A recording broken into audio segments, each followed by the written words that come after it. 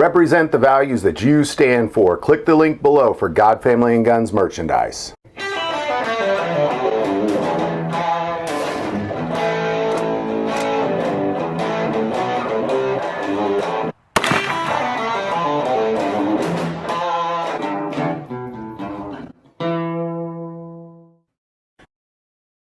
We've talked about the ammo shortage quite a bit on this channel, watching it from the beginning through the middle and to its end, and many of the conspiracies that revolved around the ammo shortage really kind of took away to the primary cause of the ammo shortage, which was there was a lot of panic buying.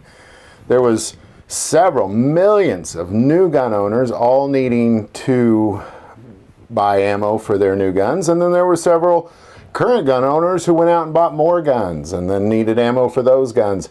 And then there are many people that just simply stockpiled ammo, and there was a few that hoarded ammo. And a combination of all that, and every time we hit some sort of crazy event, that there was another burst in buying ammo, and that ultimately did lead to the ammo shortage. And some of the rumors that revolved around it really revolved around the government causing the ammo shortage. And, you know, and I was against that idea. I do realize that the government purchases a lot of ammo and hoards a lot of ammo, and does do things with ammo to try to manipulate their gun agendas. However, I do believe that the primary cause was the gun and ammo panic buying.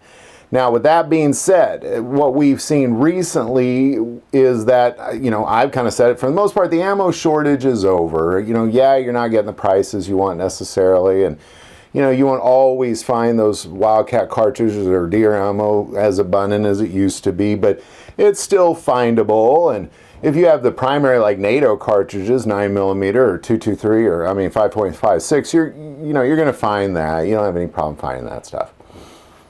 What is of recent concern is this additional stockpiling by the military and by the federal government. There was a recent release of an interview through Guns and Ammo magazine where somebody toured an ammo plant, and they didn't disclose the name of this manufacturer, but there was an abundance of primers and an abundance of gunpowder. However, it was mentioned to them that all those components actually belong to the federal government, that the only really way they can even make ammo at all is with the components that the federal government is giving them. And then all that ammo is going to the federal government. So what we're seeing now is that there actually was a hoarding of specifically primers and gunpowder by the federal government. And now what we're seeing is the slow down of civilian production, because now we're once again running out of primers and running out of the components for the ammo, as the government seems to have it all.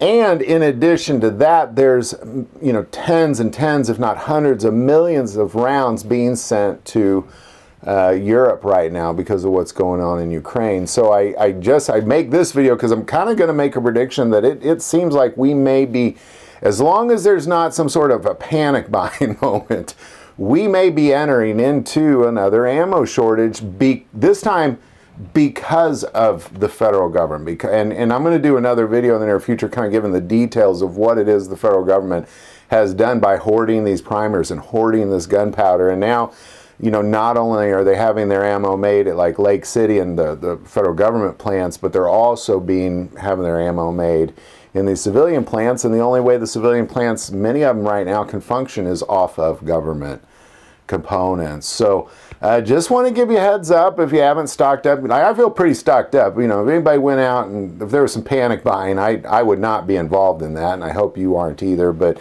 I do want to make you aware of this, that, you know, we've always kind of said it seems like the ammo shortage has come to an end.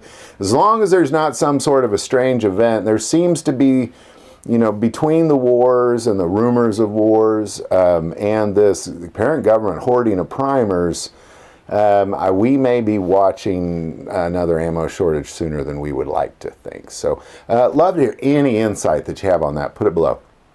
If you like this video, click like and subscribe. Feel called to support this channel through Patreon. That link is also below. But the most important part of this channel, we take prayer requests, so don't ever hesitate to send that in. Thank you for watching this episode of God, Family, and Guns. And as always, love God, love your family, and love guns.